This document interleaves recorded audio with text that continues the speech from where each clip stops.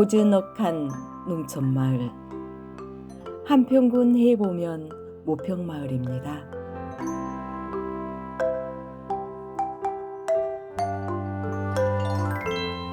담벼락에 오리가 보이는데요. 오리가 가리키는 곳을 따라가다 보면 어디로 이어질까요?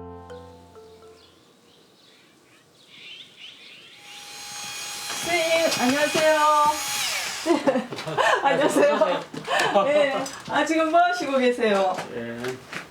실내 작품 만드는데 네. 새 한 마리 지금 깎아서 막 여기 꽂으려고 하고 있었습니다. 그래서. 네.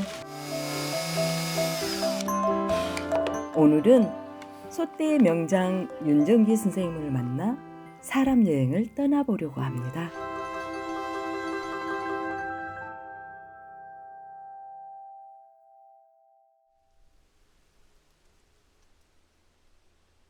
소떼는 음력 종월 대보름에 마을의 안녕과 풍요, 다산 등 민중의 염원을 담아 마을 입구에 세운 일종의 전통 미술 작품이랍니다.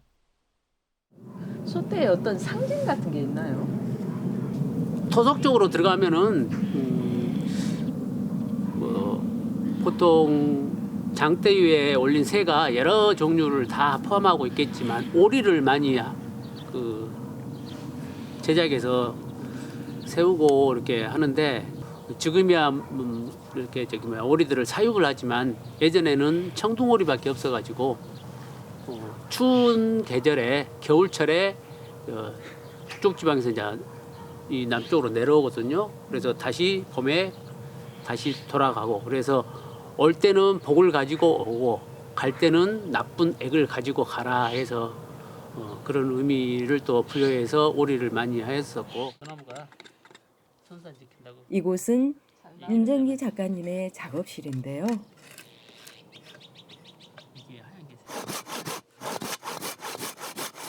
죽은 나무를 주와 다듬고 조각하여 소떼라는 새로운 생명으로 재탄생시키는 산실입니다.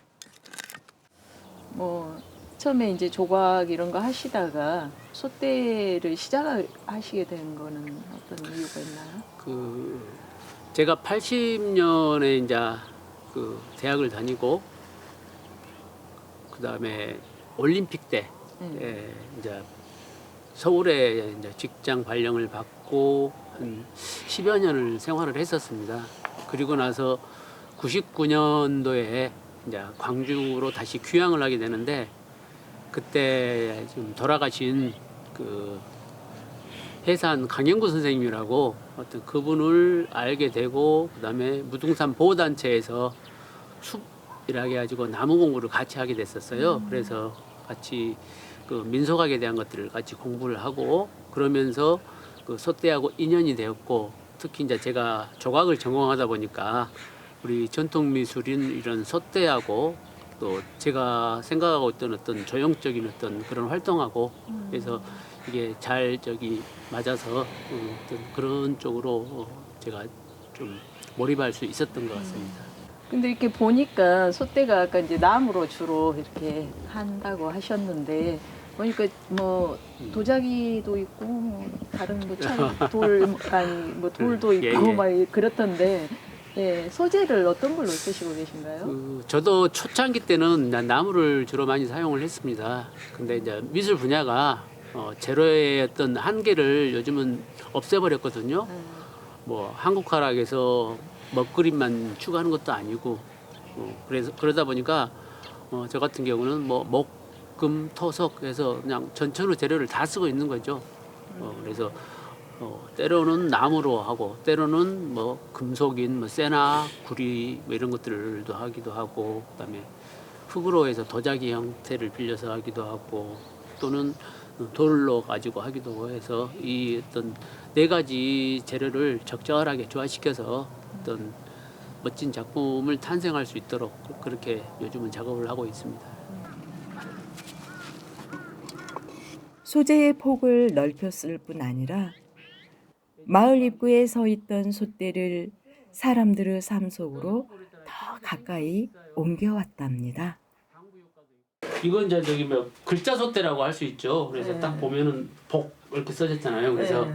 우리 그 복주머니 이 어떤 그런 형상을 그 재료도 이제 여기 통파이프인데 예, 금속과 그다음에 받침은 돌로 해가지고 아주 그냥 천년만년 볼 수 있는 어떤 그런 작품을 한번 해봤습니다. 그래서 이게 동이 자연스럽게 녹으니까 예. 색도 되게 독특하고 예쁘네요.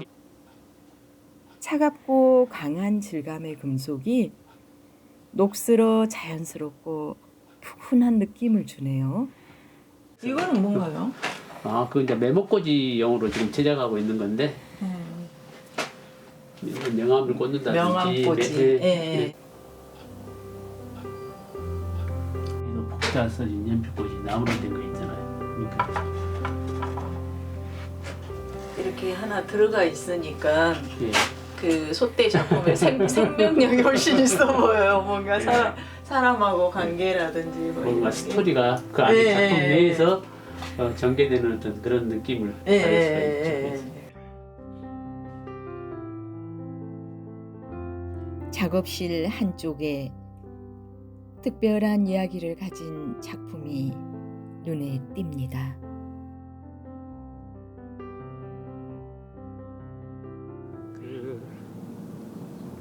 그리는 걸 좋아하셨어요? 그림을 청소년기 때 좋아하긴 했었는데 그 40년이 넘은 시간인데 제가 고등학교 때 그 5.18을 겪었습니다. 그리고 M16을 세 발을 맞고 병원 생활을 한 7개월 동안 하고 이제 그러면서 한참 사춘기 시절인데 그 과정을 그림이라는 어떤 그런 것을 통해서 저는 좀 나름대로 어떤 방황하고 뭐 이렇게 갈등을 겪고 하는 시기를 조금 원만하게 넘어갈 수 있었던 것 같습니다.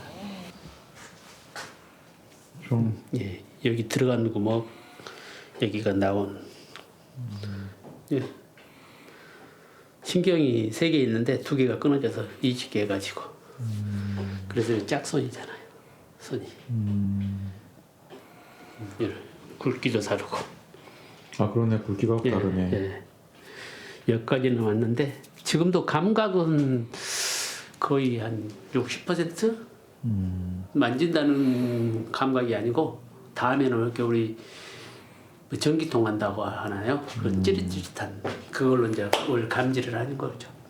그래서 이 손은 화상, 동상 많이 입었습니다. 비극의 역사 한순간이 개인의 비극으로 이어져 사춘기 소년의 몸과 가슴에 깊은 상처로 남았네요. 그 상처들을 그림과 미술 작품으로 다독여 치유했던 선생님의 이야기에 가슴이 먹먹해집니다.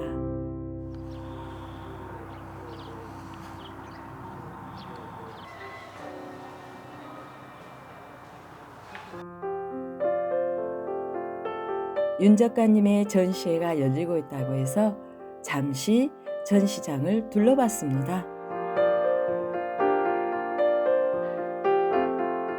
자신의 삶처럼 상처 입은 나무 토막을 다듬어 숫대라는 새 생명으로 탄생시키는 작업은 선생님의 죽음과 생명에 대한 경험과 깊은 사유에서 비롯되었음이 선생님의 솥대 작품에서 고스란히 전해옵니다.